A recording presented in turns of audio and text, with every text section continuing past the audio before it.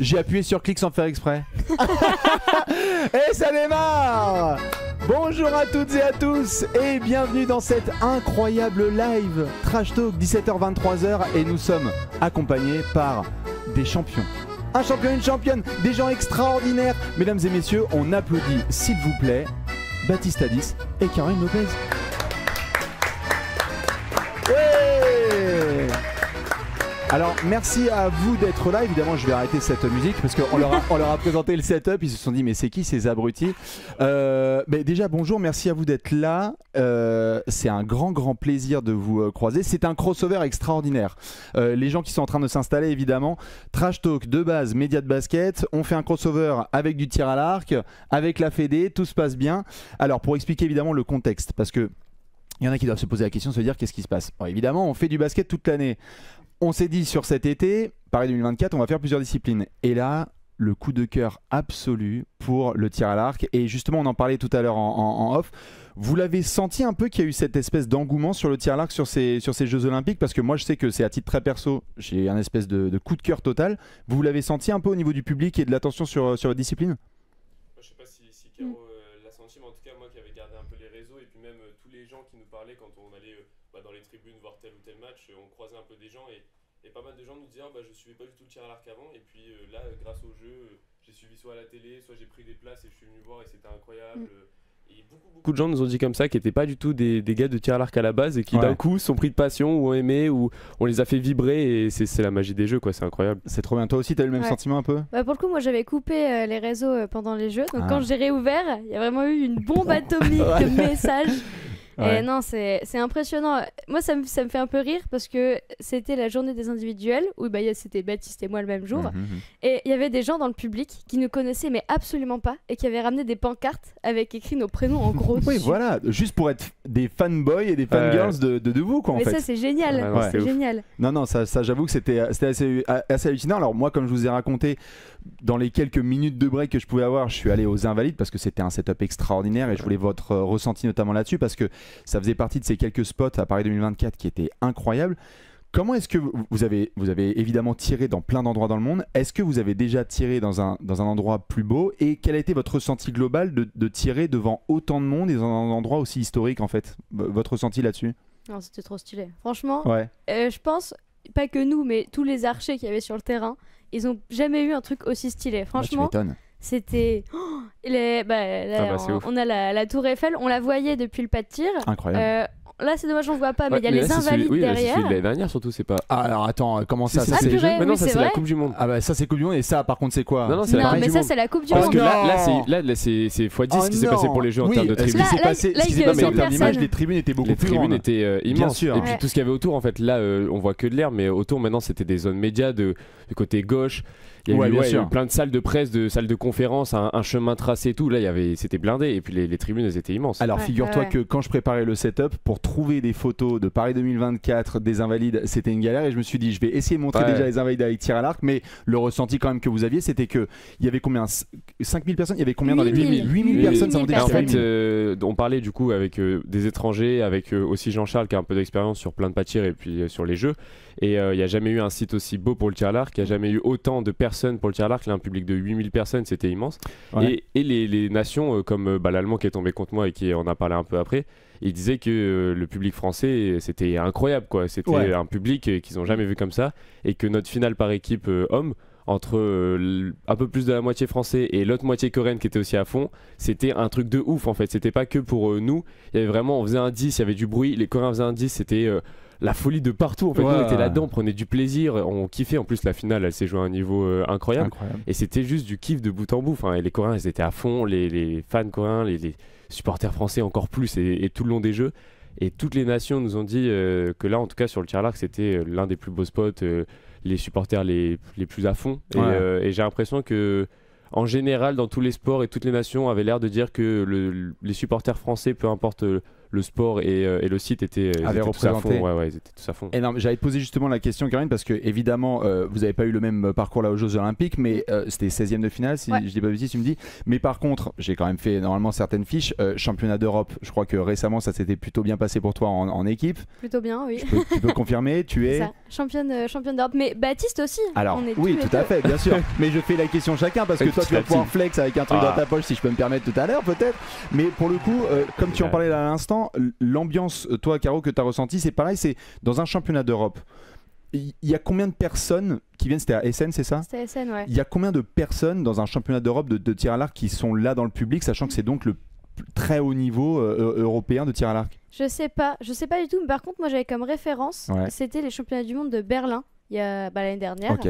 Où pour le coup, championnat de monde, un peu plus de monde, je crois qu'il y avait 2000 personnes dans les gradins, et c'était déjà ouf.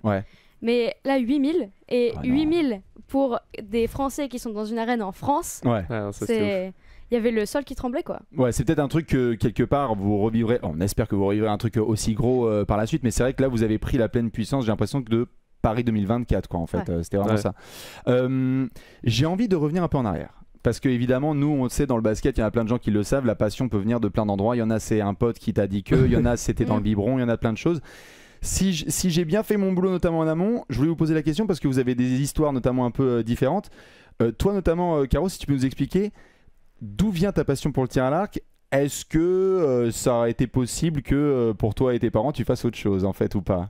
Alors, ce qui est plutôt rigolo, on va dire, dans cette histoire, c'est que mes parents se sont rencontrés au tir à l'arc. Waouh! Sur un stand de tir? Ouais, si ils se sont rencontrés quand ils tiraient dans le même club, donc il y a une paire d'années de ça. Elle lui a tiré, il y a Julia qui fait le cœur, elle lui a tiré dans le cœur, c'est vraiment ça, quoi. Ouais, ils se sont rencontrés au tir à l'arc, même à leur mariage, si je dis pas de bêtises, et il y avait plein de gens du club qui leur avaient fait une haie d'honneur d'arc. Ah, trop stylé. Donc vraiment amoureux du tir à l'arc. Incroyable, ils tiraient des flèches en l'air, leur félicitations aux mariés, incroyable.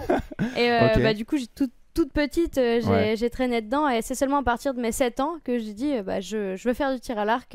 J'avais déjà entendu, je savais que mes parents avaient fait du tir à l'arc, et il y avait des caisses qui prenaient la poussière dans le grenier, ils les ont sortis, ils ont monté les arcs, et là je me suis dit waouh, c'est ça que je veux faire. Ouais, incroyable. Et t'es côté Moselle, c'est ça, si je dis pas de bêtises? C'est ça. C'est où précisément?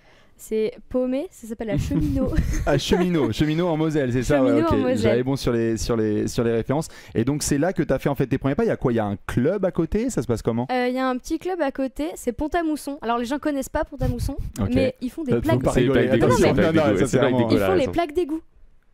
Pont-à-Mousson? Ouais, c'est sur toutes les plaques d'égout, il y a marqué Pont-à-Mousson. Alors attends, là je suis obligé. Vas-y, redis. À Pont-à-Mousson, on fait les plaques d'égout de France? Mais de France et du monde. Alors, est-ce qu'elles font celles du Japon aussi? Parce que attention, parce qu'au Japon, ils sont très forts en plaques d'égout. Peut-être pas. Mais Pont-à-Mousson, demain, vous marchez dans la rue, vous regardez par terre, c'est le logo Pont-à-Mousson. Non, mais extraordinaire. Quelle fierté, mais grave. Quelle fierté extraordinaire, incroyable. Et donc, toi, pour le coup, tu disais que là, tes parents notamment étaient dedans, et ils se sont remis aussi au tir à l'arc. C'est ça que j'avais vu notamment, c'est que toi, vu que tu t'y es mis, ils se sont dit, c'est vrai que ça redonne un petit peu de passion, ils s'y sont remis? Ils avaient arrêté à la naissance de ma sœur et après à ma naissance. Et quand j'ai repris, un coup, mon père m'a accompagné et ma mère lui a dit, il va pas, sinon tu vas y retourner, mais pour de vrai. Ils se connaissent. Et du coup, ils ont repris. Et ma mère a repris un an plus tard. Et un des moments les plus chouettes, c'est quand on allait tous les 3 au championnat de France. Du coup, on faisait les France tous les 3 dans différentes catégories, mais tous ensemble. Incroyable. Et du coup, tes parents étaient là, évidemment, sur les Jeux Olympiques. Et il y avait ta sœur aussi qui était là? Ouais, alors anecdote, un score rigolote. Attention, je suis prêt, j'ai le doigt sur le keyboard. Attention. Là, c'est plus sérieux. Ma sœur, elle travaille pour Berluti. Et Berluti, c'est eux qui ont fait les tenues. Donc on était toutes les deux aux Jeux Olympiques. Oh la classe. Mais quel flex. Il y a des familles franchement comme ça, qu'est-ce que tu veux que je te dise? Alors moi dans ma famille il y avait rien du tout. Je les aime très fort, mais juste il y avait moi en streaming et puis mes frères et sœurs qui regardaient, ça faisait 2 viewers en plus, donc c'était formidable. Baptiste, je suis obligé de te poser la question parce que pareil, moi j'ai fait un peu mes recherches et j'étais, tu vas peut-être me confirmer, mais j'étais halluciné en découvrant que en fait c'est un peu au hasard quelque part que le tir à l'arc est venu à toi. Un, c'est à quel âge? Et deux, est-ce que tu peux raconter cette histoire? C'était quand j'avais à peu près 8-9 ans, je pense. Il y avait un forum des associations avec tous les sports représentés un peu sur la place de mon village, donc un petit village à côté de Nîmes. Et, qui s'appelle Manduel. Qui fait des... Il fait rien. Pour pas de d'accord. Petit village, vraiment petit village. Non, il y avait plein de sports et puis je sais pas, cette année-là, il y en avait aucun qui m'attirait. Avec mon frère, on en avait fait quelques-uns un petit peu dans le passé, mais rien de très sérieux. Il y en avait pas beaucoup qui m'attiraient. Puis j'ai essayé le tir à l'arc, j'ai bien aimé. Et en faisant le tour, il n'y en a pas eu d'autres qui m'ont accroché. J'ai dit bon bah je vais aller m'inscrire au club de tir à l'arc que j'avais plutôt bien aimé. Et petit à petit, 1 an, 2 ans, 3 ans, c'était un peu en loisir, je prenais du plaisir. Au bout de à peu près, je crois, la 4e année, ils m'ont proposé de faire un peu, d'être dans le groupe compétiteur parce qu'ils trouvaient que j'étais pas mauvais. Et après, en fait, j'ai fait les championnats départementaux et c'est là où en fait on découvre un autre truc que le loisir, c'est réellement l'aspect de la compétition, de nous, notre cible, on doit faire notre tir déjà pour les qualifs, les matchs serrés, mais c'est toujours nous et notre cible. Vraiment, j'ai bien aimé. Et puis surtout le côté, je pense, fair play du sport, c'est sur les championnats régionaux, c'est toujours les mêmes familles, on se connaît au bout d'un moment. Oui, il y a des bonnes valeurs au sein du tir à l'arc. On est comme ça, on sait et encore même, on sait qu'on a adversaire sur le pas de tir, mais ça nous empêche pas de parler, un peu et de discuter. Et en dehors, c'est vraiment good vibes de fou en fait. Et c'est ça qui m'a vraiment plu dans ce sport et qui mes parents. Ça les a plu aussi d'avoir d'autres parents avec qui parler et tout, alors qu'on est adversaire. Donc ça c'était ouf. Et puis petit à petit j'ai découvert un peu les aspects de la compétition de ce sport. Championnat départemental, puis après le championnat de France. Où mon premier championnat de France, bon c'était un peu le par équipe aussi. C'était aussi ce truc là, good vibes du tir à l'arc, on est 3 archers, on se déplace, 3 jeunes, on fait un championnat de France où c'est du par équipe et tout, trop cool. Après le premier c'était j'étais surclassé, donc j'étais encore assez jeune pour atteindre la catégorie le première à être dans le championnat de France. Et après le deuxième en intérieur, c'est là où je suis champion de France à Nîmes en plus. À quel âge? C'était dans les U13 je pense, même pas je pense, en dessous, U11 peut-être. Tu faisais quoi à 13 ans toi? Okay. Et après petit à petit quelques championnats de France aussi où j'ai fait des belles médailles en indiv et par équipe. Et après je suis rentré en structure et c'est pareil, là on découvre un nouvel aspect aussi, l'aspect de... en fait là on découvre vraiment les valeurs du sport en général. T'étais loin là à ce moment-là de tes parents Ouais, c'est là où je suis parti en structure. J'étais à Compiègne, donc dans le nord, et mes parents à Nîmes. Ça a dû faire un changement. T'es parti à quel âge toi déjà? 13 ans. Mais mes parents, c'est là qu'ils étaient pas du tout là-dedans dans le tir à l'arc, ils y connaissaient rien. Mon père a encore du mal. Il a encore du mal? Ouais, petit à petit, ouais, encore du mal. Attends, là, franchement, en 1 an, j'espère. Papa, on se réveille là. Parce que là, le fiston, il se débrouille pas mal quand même. Non, mais ça qui est ouf, c'est que le tir à l'arc, ils y connaissaient rien et ils ont osé envoyer leur fils à l'autre bout pour un sport qui était pas du tout connu en disant bon bah si tu penses que c'est le bon choix, si l'entraîneur de mon club Lionel qui m'encourageait à fond là-dedans, on fait confiance à notre fils, on fait confiance à Lionel, vas-y fonce. Et ils m'ont soutenu à fond. Ça t'a donné un boost en plus dans la décision. Savoir que mes parents m'accompagnent à 100% et j'ai fait 1 an à Compiègne. Puis après je suis passé au Pôle France à Bordeaux, donc j'ai passé un cap là où c'était un peu plus proche aussi de la famille. Et à Bordeaux, c'est là où j'ai rencontré notre coach coréen. Et en fait, à partir de Bordeaux, c'est là où tout est parti en couille. C'est là où tout s'est enchaîné. Et en septembre, j'avais un niveau vraiment plutôt médiocre. Je travaille tout l'hiver avec mon entraîneur. Je travaille. Je sors avec un niveau qu'on visait. Et 2 mois après, parce que l'entraîneur coréen qui est arrivé m'a vu sur un stage jeune, il m'a dit bon fais les sélections seniors. Et c'est là où j'ai mis le pied dedans et tout s'est enchaîné. Ça allait hyper vite en fait. Et alors justement par rapport à ça, j'avais une question, c'est que nous on a nos repères à nous dans le basket de une année, on le sait, en octobre, notamment pour la NBA, la saison reprend, et puis après t'as la saison, et puis en avril t'as les phases finales, et puis en juin t'as les finales NBA, puis après il y a la draft des Français et tout. Donc nous on a une idée un peu du calendrier, mais à quoi ressemble l'année d'un archer et d'une archère, puisque tu m'as dit qu'on dit bien archère, à quoi ressemble votre année en fait? À quoi ressemble ton année, Caro? Parce que 20 ans, 17 ans, là on parle de déplacement, de pôle et tout, genre vous faites ça comment? Expliquez-moi en fait, comment on fait les entraînements, les compétitions, quand a lieu un championnat d'Europe ou du monde, ça se passe comment en fait? Déjà ça dépend, est-ce que c'est année olympique ou pas? Ok, donc là l'année précédente ne compte pas parce qu'elle est très différente de toutes les autres? Après le planning est globalement le même. Est quand même le même. C'est simple. Cette année c'était différent parce que c'était vraiment préparation aux Jeux Olympiques. On était détachés à 100%. On faisait ça à 8h, 18h tous les jours tir à l'arc. 8h, 18h tous les jours tir à l'arc. Ok. Du lundi au vendredi. Et vous étiez dans le même... on était tous à l'INSEP. Tous à l'INSEP, ok. Donc, tous ceux qui préparaient les Jeux. Oui, bien sûr. Et pendant la période hivernale, souvent c'est là où on fait le gros du travail technique. Ok. Donc on bouffe de la technique à fond, on tire, on se perfectionne. Ok. Et donc dans le tas, il y a des sélections qui traînent un peu par là. Au début, on était combien là, de sélection en septembre? Ils ont fait un premier cut en plein milieu de la sélection à 8. Et pour refaire encore 3 jours. Et après, on a fait un cut à 6 pour rentrer à l'INSEP. Donc on était 6 hommes et 6 femmes à s'entraîner tout l'hiver. Et début janvier, on n'était plus que 4. Purée. Et vous avez fini dans les 4. Ouais. Ils sont forts, tu vois. C'est l'humilité des gens qui font partie de l'équipe de France de Paris 2024, tu vois. C'est comme ça, c'est facile. Vu qu'on parle de Paris 2024, on en rigolait un peu par rapport à tout ce qui se passe. J'ai l'impression que pour vous, chaque jour, il y a une dinguerie en plus. S'il y avait un moment le plus fou ou le plus incroyable qui vous revient en tête quand vous repensez à tout ça, est-ce qu'il y a un moment qui se détache de moment le plus fou pour toi, par exemple, Baptiste, un truc où quand tu repenses maintenant à Paris 2024, tu te dis, ça vraiment, ce moment ou ces 2 moments-là, c'est les trucs les plus what the fuck que j'ai vécu en 15 jours. Est-ce qu'il y en a qui te viennent en tête ?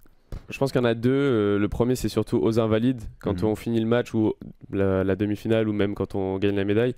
On finit le match et on se tourne vers la tribune de droite, on salue l'équipe et là c'est la folie quoi, tout le monde en feu, on se tourne à gauche, c'est pareil, c'est tout le public en feu, beaucoup de bruit et tu vois juste toutes ces personnes là à t'acclamer, c'est un truc magique. Et le deuxième c'est un peu similaire, je pense que ça restera aussi grave dans ma mémoire, c'est quand on a fait la célébration au Club France, donc célébration extérieure, on est passé dans la haie d'honneur.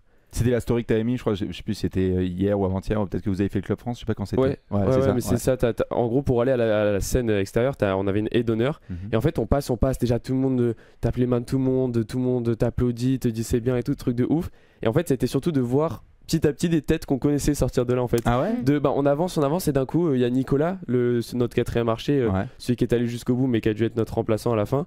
Et qui nous a soutenu de bout en bout, t'avances et d'un coup pouf il sort et là il y a pas de mots qui sort, c'est juste des cris de putain, on le reconnaît, on le prend dans nos bras et juste on crie, il y a pas de mots dans l'euphorie du truc, c'est 0 mots, juste des cris.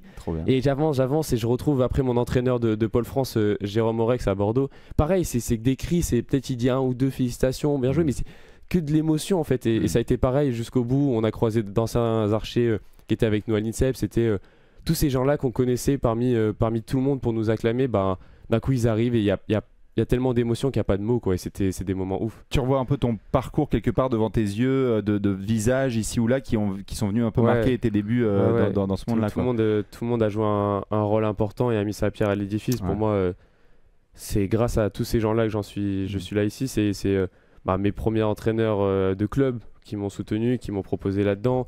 Là, ceux qui ont fait le déplacement aussi, parce que Lionel, l'entraîneur de Monduel, il était là, donc j'ai pu le voir et tout, un peu en coup de vent après les matchs, et savoir qu'il a pleuré, ça me fait aussi beaucoup d'émotions.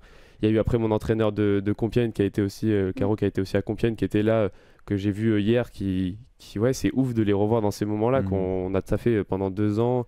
Là, ça fait 15 jours qu'on y est, c'est fini, et on revoit tout ce beau monde. Bien sûr. C'est incroyable. Ça va être ouf. Toi, t'as un moment comme ça, 1 ou 2 qui te reviennent en plus de la haie d'honneur, où tu te dis waouh, quand je repense à Paris 2024, vous pouvez prendre ce que vous voulez, mais ça sera avec mon cœur pour le restant de mes jours. En vrai, il y a. Tous les jours sont les meilleurs souvenirs de ma vie, je pense. Okay. Vraiment, c'est beau, putain. C'est dur d'en citer un. Genre, pendant que Baptiste il parlait, j'essayais de me dire c'est celui-là. Non, c'est celui-là. Vas-y, prends le temps de ta réponse. Non, je sais pas. Vraiment, tout était ouf de bout en bout. Un truc que je me suis bien remémoré, c'est la cérémonie d'ouverture. J'allais te dire, vous étiez sur le bateau. On était sur le bateau. Le bordel. C'était ouf. On était sur le bateau, mais je pense qu'on a vécu une cérémonie d'ouverture différente que le public, parce que le public a profité d'un show, a profité des bateaux aussi. Mais nous, on n'a quasiment rien vu. On attendait sur le bateau et même quand on bougeait, on voyait rien du spectacle quoi. En fait le spectacle c'était nous, c'était les 500 athlètes sur le bateau en train de faire tout et n'importe quoi, en train de crier, faire plein de chants, aller les bleus, faire des marseillaises, saluer des gens qui étaient sur les ponts, tout ça c'est en fait vraiment les souvenirs, les meilleurs souvenirs, c'était pas ce qui s'est passé pendant le show, c'était les gars qui étaient autour, parce qu'il y a toujours des zigotos fous dans la délégation avec j'imagine. Qui voilà, mais on se met à côté et on passe forcément des bons moments parce que il suffit qu'il y ait autant l'encens, l'autre on se lance et puis ça part.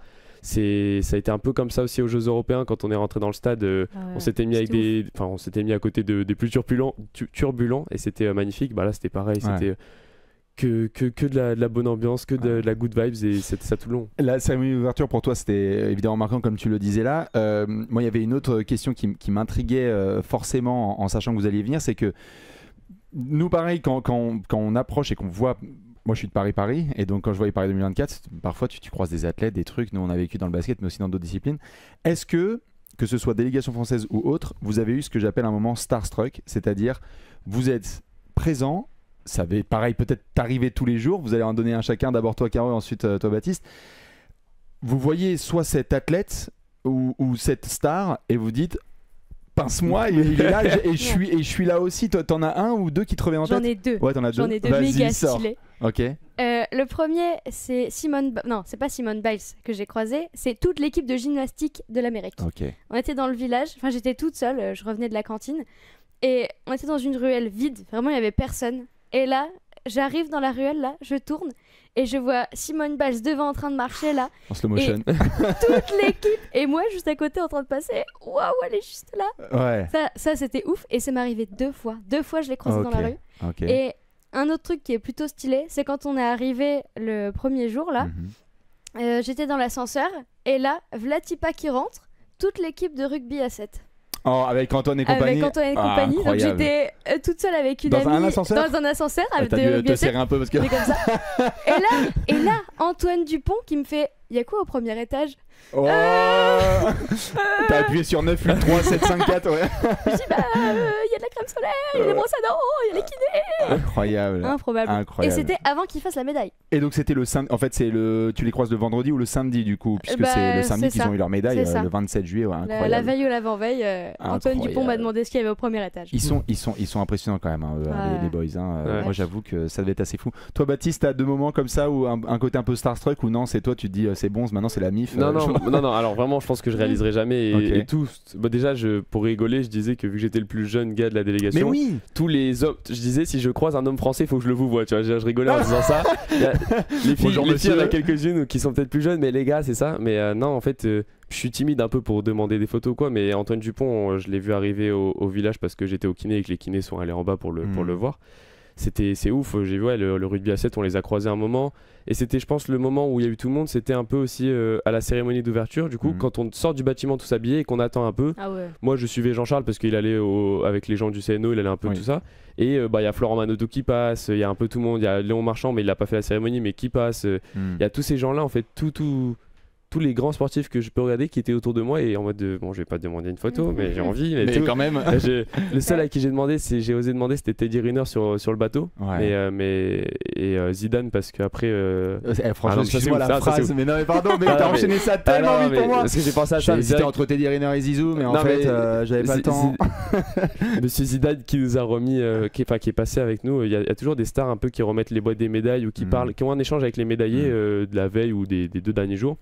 Il y a eu Tony Parker à un moment qui était en bas du bâtiment. J'ai posé demander une photo, pareil. Moi je voulais juste descendre, amener mon linge et je passe comme ça. Je fais c'est Tony Parker.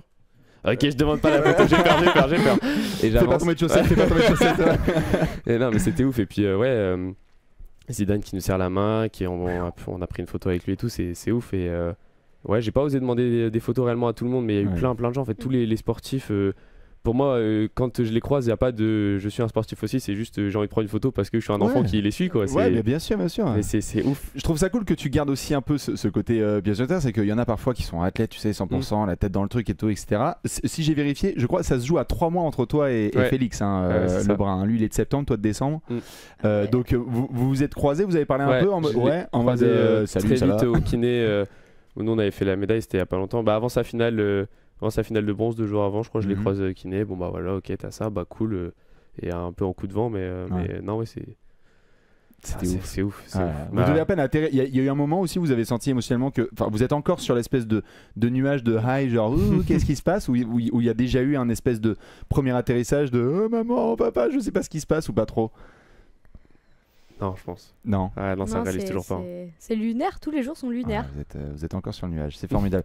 Et alors justement, pour un peu se projeter, parce que je voyais notamment, Baptiste, que tu en avais parlé dans d'autres médias, mais il faut être un grand athlète, mais aussi un compétiteur fort pour en arriver là. Vous parliez de sélection et de cut, etc. Est-ce que vous êtes actuellement dans le bon, c'est comme ça, on profite et tout, ou est-ce que vous avez déjà un œil sur 2028 et Los Angeles, ou c'est un objectif pour vous de 2028 déjà Los Angeles, ou pas? Ouais, clairement. Moi, j'ai envie de faire les choses bien. J'aime bien quand tout est structuré, et avec mon entraîneur Romain, et il est pareil, donc on s'entend bien sur ça, mais je pense déjà à comment je vais structurer ces 4 années, quand est-ce qu'on va commencer à rentrer dans le tunnel. On sait que 2027 va falloir commencer à aller chercher les quotas. Donc ça, je sais pas si vous voyez un peu comment ça marche. Vas-y, explique, parce que là, il n'y a que des quiches. La jauge d'expertise, elle est à 3. Hein, donc là, tu peux y aller. Non, mais les quotas, tu peux la monter un peu, Léonce, parce que là, on a des... Vas-y, les quotas, nous, on les avait parce qu'on est le pays hôte. Après, c'est pas comme ça dans tous les sports. Mais en gros, ça marche sur les 2 ans avant les Jeux, où on a des Jeux européens, des championnats d'Europe, des championnats du monde, où ça va être les 3 premiers en individuel, les 2 premiers en équipe, les temps de trucs comme ça. Et le but, c'est de choper ces quotas le plus rapidement possible pour les sécuriser déjà, et puis pour... envisager l'année 2028 différemment, parce que là, la Coupe du Monde à Antalya, un mois avant les Jeux, il y en avait qui se battaient encore pour leur quota. Après, quand tu sais ça, c'est compliqué d'envisager les Jeux quand tu sais même pas si tu y vas un mois avant, donc c'est un peu dur, mais là on sait en tout cas, avec mon entraîneur, on va essayer de faire un truc carré en disant bon voilà, la première année, là on a la pause, puis on va quand même rattaquer un peu petit à petit le gros du travail technique. Après là on va viser ça comme truc à court terme de compète jeune. Bon là on va plutôt on sait que si on veut faire une médaille en indiv, il faudra être facile top 10 2 ans avant, commencer à taper des coupes du monde. Donc il va y avoir des trucs qui va se faire petit à petit, mais c'est dans le coin de ma tête. Après avec Romain on se dit en fait là je passe plus sur un plan un peu individuel jusqu'à arriver dans la dernière ou les 2 dernières années, où là on commencera à construire un collectif et dans les 2 années. Mais là mes 4 ans, les 2 premières, ça va être surtout de la construction individuelle sur qu'est-ce que j'ai besoin pour être performant, qu'est-ce que je vais travailler sur moi. Et Romain va m'accompagner avec ça et on va vraiment être à fond. Mais là, on va plus passer sur un projet un peu individuel. Et je pense que Romain, il avait pas l'air inquiet. Je suis pas trop inquiet sur si je continue de bosser et qu'on travaille réellement à fond. Là, ça va réellement être du plaisir. Sûr. Mais j'ai vraiment envie de bosser à fond pendant ces 4 années pour tout donner. Et après 2028, même si on arrive en tant que favori, il y avait le numéro 1 mondial qui perd. Il perd quand même en 8ème. Non, en quart, je sais plus trop. Ouais, il perd tôt. Il tombe. Ouais, il tombe contre Kim Woo-jin en 8. Ouais. Donc le numéro 1 mondial qui était un mec qui a fait des médailles sur quasiment... l'ancien champion olympique quand même. Oui, c'est ça. Il est... Non, le numéro 1 mondial c'est Dameda. Mété aussi. Ah oui, moi j'avais Mété en 8ème. Mété il perd aussi en 8ème en fait. Ouais. Tu vois, quand tu arrives aussi en favori, quand on voit autant de personnes fortes et qu'il n'y a que 3 places, je sais qu'en 2028, même si je fais tous les sacrifices possibles, même si je fais 4 ans de prépa, sur le moment même, ça peut ne pas passer pour X ou Y raison. Donc il y a quand même ça dans le coin de sa tête. Mais... 2028, toi aussi, tu l'as forcément en tête. T'aimerais bien aussi, parce que par rapport à ce qui s'est passé en 16ème, forcément, j'imagine que tu dois être un peu... Ouais. J'ai les boules. Ouais. Qu'une hâte. Je suis sortie de l'arène. J'ai même pas pleuré. J'étais pas déçue d'avoir perdu. J'ai fait ce que j'ai pu. Mais je me suis sentie que j'en avais encore sous le pied, quoi. J'ai pas tout donné ce que j'avais à donner. Et qu'une hâte, c'est de repartir, d'y retourner direct. Pas direct retourner à l'entraînement parce que c'est bien de prendre des petites vacances. Ouais. Mais que l'année prochaine, on repart direct au travail. Et pour le coup, on va se préparer direct pour 2028. On va pas y aller à la dernière minute. Non, bien sûr. Donc plus tôt on sera préparé, plus on sera performant. Alors justement, par rapport à ça, nous, on a en référence basket les ricains. C'est un truc un peu genre, si tu bats les ricains, tu bats les ricains. Ouais. C'est un peu le truc pour monsieur et tout le monde. Et là, d'ailleurs, preuve étant, là, après, nous, on va voir les garçons qui sont en tête en piste pour essayer d'affronter les ricains en finale. On va toucher du bois, toucher la table, etc. et pour les filles aussi, puisque l'équipe américaine de basket, elle n'a tout simplement pas perdu aux Jeux Olympiques depuis 1992. Donc, tu vois, c'était pas un seul match. Nous, on a ça. J'ai l'impression qu'en tir à l'arc, je suis obligé de vous poser cette question. Il faut. Qu'est-ce qui fait, moi j'ai découvert comme plein de monde que dans les sports de visée, et en l'occurrence le tir à l'arc, que les Coréens sont aussi forts. Et qu'est-ce qui explique ça? Et est-ce que quand vous entrez dans ce sport-là, on vous dit, gros, la barre, c'est la Corée, toi? T'arrives à expliquer ça? Vous arrivez à expliquer ça, ouais? On n'a pas du tout le même système. Les Coréens, eux, on a l'impression que c'est une industrie en fait. Ouais. Ils commencent à 8-9 ans, je crois, 9-10 ans. Et ils touchent pas un arc, ils font vraiment que du travail technique à fond. Ils tirent des quantités de flèches astronomiques, ils font que du travail technique pendant toute leur jeunesse, entre guillemets. Vraiment, c'est la prison. Ils sont formatés très tôt, quoi. Ouais, hyper tôt et hyper cadrés direct. Si tu te mets à faire du tir à l'arc, c'est pas pour du loisir, c'est pour devenir champion olympique un jour, quoi. Ouais, c'est ça. Et il y a une telle grande demande. On avait demandé un coup quand on était allé faire un stage en Corée, il y a 400 archers professionnels là-bas. Nous, on est 6. Ah oui, d'accord. Ouais, après, je pense que les sélections, non mais leur sélection, elle part pour eux-mêmes. Monsieur O, à un moment, notre entraîneur coréen, il a affiché leur sélection de septembre. Ils ont fait à peu près comme nous. Enfin, Monsieur O a fait comme eux plutôt. Ouais, bien sûr. Mais ils nous ont affiché leur sélection en septembre où ils cutaient déjà, ils faisaient des gros cuts. Et en fait, c'est un peu un bordel entre qui mettent à leur INSEP coréen, qui garde, qui va faire la prochaine section sans être à INSEP et tout. C'est un petit bordel. Mais il nous a montré les 64 premiers. Donc ils faisaient un cut. Ceux qui n'étaient pas dans les 64, ils remettaient plus. Enfin, ils n'allaient pas faire les autres sections. Et leur 64e, 64e, il était pas très régulier, mais il pouvait faire 337. Là où nous, c'est notre top 10 quoi. Ouais. Notre top 10 est capable de faire 3,37 mais pas plus du top 10. Eux, leur 64e, c'est faire une série à 3,37 quoi. Donc c'est quelque part par quantité, entre guillemets, d'archers. En fait, c'est ça, c'est ils en ont tellement que c'est la densité, c'est ça. Et puis, ils ont, en fait, quand on regarde leur système, il y a très peu de failles, très peu de défauts, très peu de choses à améliorer parce que c'est beaucoup d'archers. Comme l'a dit Caroline, c'est surtout... Enfin, ils prennent du loisir à aller sur les championnats, leurs championnats coréens et à représenter leur club ou leur structure ou leur business team, à tout ça. Bon, du coup, ils ont les business teams, ça c'est quelque chose de plutôt bien. Mais ils ont du plaisir, donc c'est ça. Mais en fait, c'est direct la rigueur en fait de coréenne qui va s'appliquer. C'est beaucoup d'entraînement. C'est pas... Nous, on a beaucoup d'athlètes qui vont... beaucoup d'archers qui vont faire ça une fois par semaine et avec... un arc un peu lambda comme ils peuvent quoi.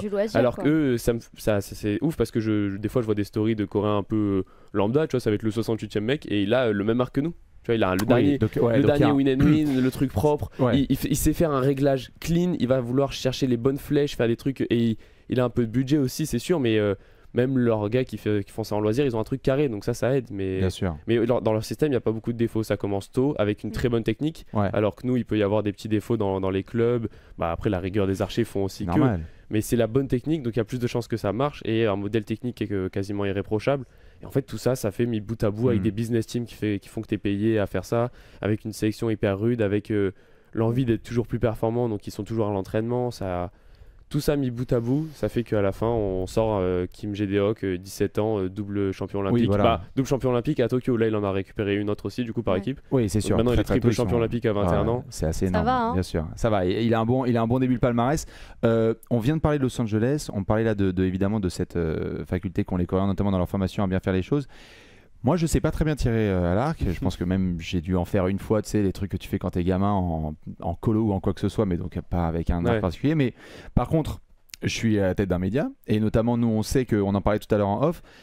Il y a un espèce de spotlight qui est mis là actuellement sur le tir à l'arc.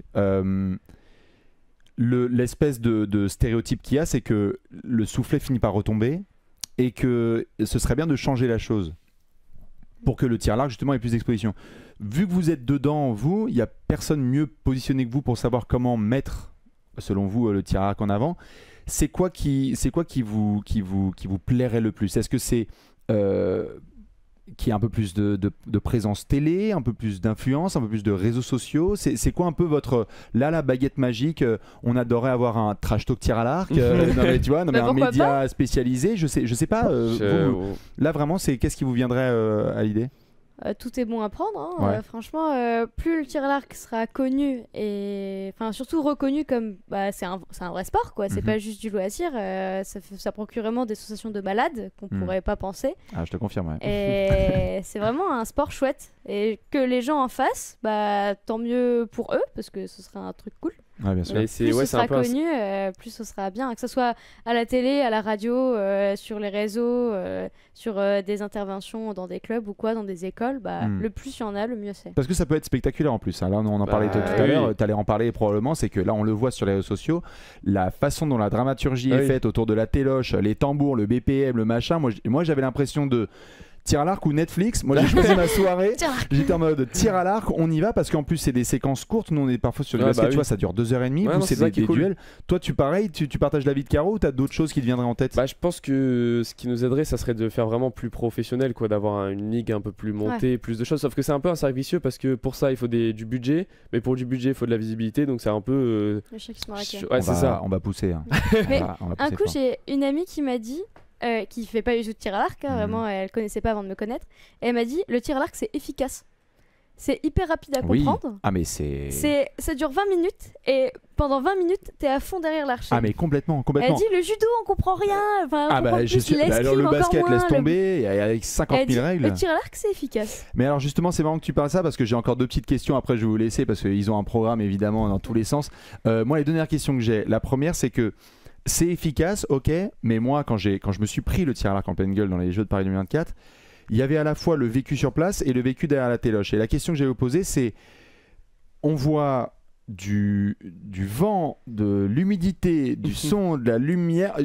Qu'est-ce qu'il faut savoir sur le tir à l'arc que les gens ne savent pas forcément, au-delà de le stéréotype Guillaume Tell, faut mettre la flèche dans la cible et il y a 70 mètres. Parce que c'est ça le stéréotype. Mais qu'est-ce que les gens ne savent pas sur le tir à l'arc qu'il faut prendre en considération et qui fait que c'est une discipline d'athlète, quoi. Qu'est-ce qu'il faut prendre en considération? Déjà, je pense que c'est le vent. Ouais, le vent de En fait, et puis c'est après, pour dire que ça soit réellement un sport et que c'est de l'athlète, c'est que c'est beaucoup de répétitions. On est l'un des sports, comme on a dit, 8h-18h, qui va passer le plus de temps à l'entraînement parce qu'il faut perfectionner la technique et parce qu'il faut avoir un truc régulier.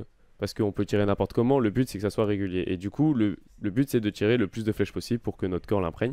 Donc ça c'est le truc le plus dur. Et le but après c'est de le refaire dans l'arène, avec du stress, avec plein de choses. Mais le vent, je pense, c'est surtout l'un des éléments le plus important à prendre en compte parce que il peut, voilà, c'est surtout du gauche-droite. Après, en fonction de là où il vient, il peut un peu coucher les flèches ou les faire un peu monter en haut. Mais c'est très globalement gauche-droite. Et là, l'intensité, c'est de l'ajustement globalement. C'est bon, j'ai pris, je visais plein pot, elle est allée 9 à droite. Bon, soit je règle parce qu'il est constant, soit je vise tout le temps 9 à gauche. Donc ça se joue à ça parce que t'es à 70 mètres. C'est ça, truc oui, c'est des trucs précis. C'est à l'instant. Ça pèse quoi, 2 kg, 1 kg 5, 2 kg 3 kg. Après, là, on le sent pas. Je sais pas comment expliquer, mais avec la traction, du coup, c'est moins. Oui, on tire dessus. Et j'y viens. Et j'y viens. Attends, parce que regardez c'est incroyable arc recourbé. J'ai trouvé cette merveille absolue sur les internets et je voulais demander justement à des spécialistes de m'expliquer s'il y a des choses réelles, vraies, fausses et s'il y a des choses qui manquent. Parce que là, on me parle de cordes, de flèches. Moi, je vous vois avec des bracelets. J'en vois avec des pansements là pour pas se. Je sais pas si ça se voit à l'écran et j'ai la marque. Alors attends, je fais. Vas-y. Je sais pas si. Ah oui, waouh, la vache, oui, si, ok. Et encore, c'est pas flagrant. Il y en a qui ça, c'est le bracelet. C'est pas si pire. Ça, c'est le bracelet, c'est le protège-bras. Alors, ça, c'est pour éviter quoi? Essayez sur bien sûr l'écran. Mais c'est pour éviter que tu te prennes la corde. La corde, ok, parce que vraiment, c'est dangereux. Enfin, genre, ça peut faire mal. Une flèche, ça part en moyenne à 200 km/h. Ah bon, on va éviter. Donc, la corde, je vous laisse deviner. Après, en vrai, au niveau, ça touche moins, mais il suffit juste d'une flèche pour que ça te fasse réellement mal, ça touche au mauvais endroit. Après, la corde, elle reste un peu. Elle fait un peu des va-et-vient à la toute fin, donc ça peut un petit peu être gênant. On voit moi, mon protège-bras, il a des marques noires du tranche-fil qui frotte un peu, donc sans l'avoir, ça m'aurait pu me déranger à des moments. Quoi. Vous placez à chaque fois la corde sur le nez, c'est parce que c'est la proximité le plus avec l'œil. Il y en a qui se protègent le menton, qui what the fuck. En fait, c'est le tir à l'arc. Le but, c'est d'être le plus régulier, comme je l'ai dit. Donc trouver qu'est-ce qui comme repère on peut avoir pour être régulier. Donc là, c'est un repère plutôt confortable et à l'aise.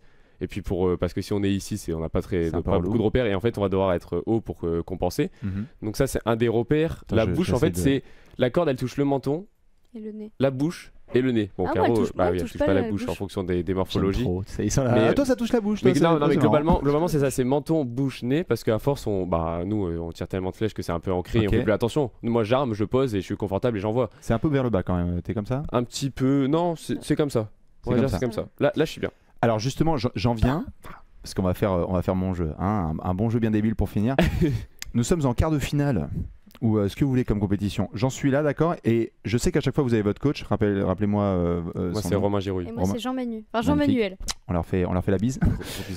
À chaque fois je voyais, il y avait 20 secondes. Vous avez les indications 10, 9, 8, 7 dans l'axe. Moi j'entendais parfois des trucs qui étaient dit notamment. Notre entraîneur il dit beaucoup de choses. Vous allez être mon coach. Je vais essayer de tirer, d'accord. Donc vous pouvez absolument tout régler. C'est-à-dire mon bras, ma position, tout. Et on dépasse les 20 secondes, d'accord. Mais pour que je puisse tirer une bonne flèche, là il faudrait que je fasse quoi par exemple?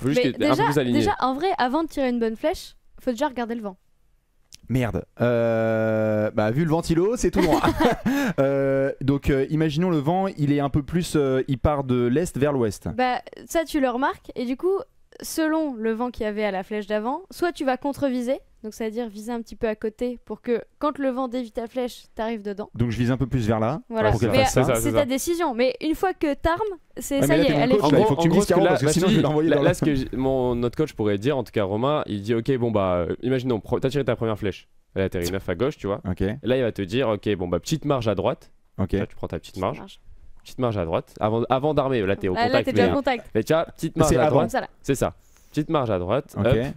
Et là, il va te dire après, ça dépend un peu des archers, mais surtout relâcher. Et ce qui est important, il nous dit aussi jusqu'au bout pour que ça prolonge. Il nous dit le prolongement parce que avec l'enjeu, avec le score, avec la télé, on peut avoir ce qui s'appelle couper nos flèches. Donc on est là, on fait le mouvement, mais ça se finit un peu tôt parce que soit on décale parce qu'on a envie de voir où elle atterrit et en fait on la décale à gauche, tu vois.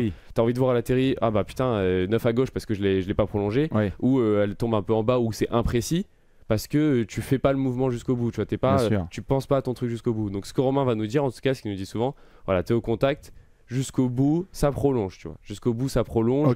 Il nous dit aussi 1 seconde de plus, tu vois, il faut prolonger, il faut forcer le truc 1 seconde de plus. Donc ça, c'est tout en nous disant le chrono aussi, genre il te reste plus que 19 après, moi je suis pas très long, mais et en par équipe on n'y arrive pas tout le temps. C'est vrai que t'envoies assez vite quand même. Mais oui, il peut nous dire, c'est surtout à 5 secondes. En général, il dit 10. Faire un décompte. Après il attend, tu vois, tu 10, 5, 4, 3. Et alors justement... Et à 1, tu dis lâche. Non, mais alors justement, j'allais y venir parce qu'il y avait une question qui a été posée. Nous, on regardait et à un moment. On a vu, je sais plus, une japonaise. Oui, bah c'est contre moi. Et elle lâche sa flèche. Nous, on comprend pas les règles. Non, elle la lâche pas en fait. Non, pardon, elle la lâche pas. En fait, c'est très compliqué parce que faut que tu sois dans ton mouvement et tout. Tu peux pas le déclencher comme tu veux. Donc si elle est ici, on lui dit 3, 2, 1 et elle sent qu'elle peut pas le déclencher et qu'elle veut pas faire n'importe quoi. Ah donc c'est vraiment la volonté de pas faire n'importe quoi parce que nous on s'est dit en tant que gogol si t'arrives pas à déclencher, ouvrir les doigts, on le fait pas nous on n'ouvre pas les doigts, c'est tout un système tu vois qui se passe derrière. Donc si après chaque archer fait. Sérieux, attends, comment ça? Chaque archer fait. Moi non, je ouvre pas les. T'ouvres pas, tu penses pas ouvrir les doigts, tu penses. Chacun. En fait, ici t'es tout relâché.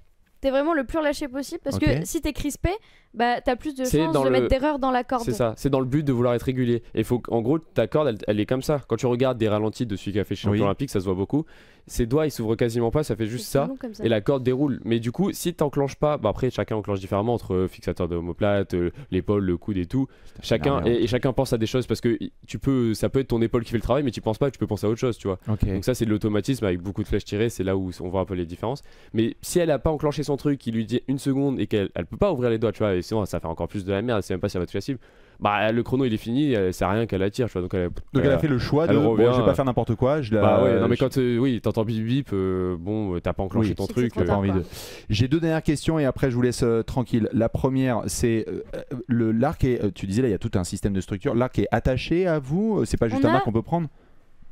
Non, ça se voit pas sur le truc. Non, ça se voit pas sur ce magnifique PDF. Excusez-moi, je le remets parce que vraiment. Mais ça figure pas là-dessus, non? Non, on a une dragonne. Donc c'est tout simplement un lacet de chaussure.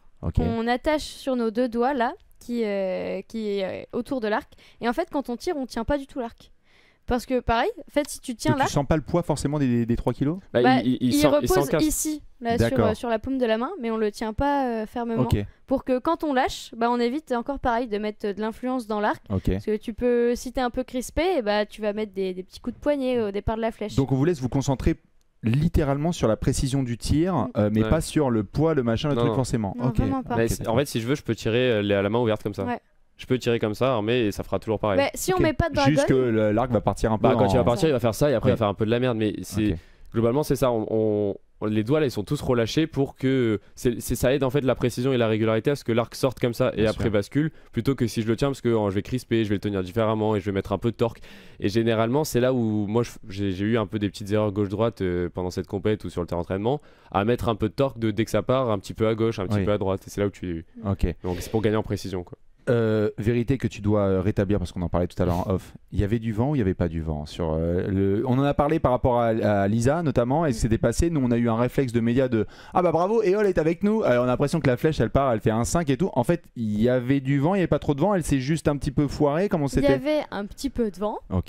C'est un fait, mais c'est surtout la pression qu'elle a eue sur la flèche. Elle a craqué, on peut le dire en face caméra. Jusqu'où on va dans les propos là. Si là, elle lâchait, c'était la flèche qui donnait accès à la demi, donc à potentiellement une médaille olympique. Et je pense elle a dû s'en rendre compte de l'immensité du moment. Si celle-là, je la tire bien, j'y suis. Et elle a panique et paf, elle l'a envoyé. De toute façon, ça se voit à l'écran, elle tombe de partout. Ça commence à tout décrocher. Là, c'est le stress qui reprend dessus. D'ailleurs, son visage, elle dit je crois que j'ai envoyé un truc sur le périph'. Magnifique. Est-ce qu'on a un dernier flex à faire? Tu l'as ramené ou pas? Elle est là. Mesdames et messieurs. Je sais pas si elle se voit bien. Incroyable! Non mais si on la voit, mais regardez ça. Tu peux même la mettre sur ça. Regarde, incroyable. Une médaille d'argent olympique. Ça pèse lourd? Ça pèse lourd ou pas? Un petit peu. C'est lourd un peu? 500 grammes, je crois. Non, tu déconnes. Oh la vache. Bon, je laisse ce silence parce que là c'est du d'accord, ok, incroyable. Jeux Olympiade Paris 2024. Ouais, c'est jeu de la 33e Olympiade. C'est extraordinaire. J'ai peur, tu sais, de la faire tomber. Je te rends ça. 2028 hein. 2028 on va faire ça. Mesdames et messieurs s'il vous plaît, est-ce que vous pouvez faire un tonnerre d'applaudissements dans le chat? Il y en a plein. Waouh, let's go la classe. Incroyable. Il y en a qui ont kiffé de partout. Je sais pas si vous aviez une ou deux dernières questions pour finir ou si vous étiez bon. Ça va, pas trop, ils sont bons, c'est formidable. On est parfait. Tiens, il te la rend quand même. Je te la rends. Mesdames et messieurs, évidemment, un grand merci et des tonnerres d'applaudissements pour Caro et Baptiste qui nous ont régalé. Vous, ça va enchaîner un peu de vacances ou pas? Ouais. Un peu de vacances. Ok. Et si on doit vous suivre à fond, c'est plutôt Insta, plutôt quoi? Ouais, Insta, ouais. Insta à fond. Vous allez suivre évidemment Karine Lopez et Baptiste Abyss sur la suite. Un grand merci à vous d'avoir été là, évidemment. Et nous, on va se retrouver dans quelques minutes, bien évidemment, pour le match de l'équipe de France de basket féminine entre la France et l'Allemagne, parce que ça enchaîne dans tous les sens. Et j'ai envie de remettre une Marseillaise parce que c'est pas tous les jours que je pourrais le faire. Merci encore une fois à Baptiste et à Caroline. Vous pouvez faire coucou comme ça au chat. Bisous tout le monde. Merci à la prochaine, évidemment. Merci. Je vais filer le micro à ces deux.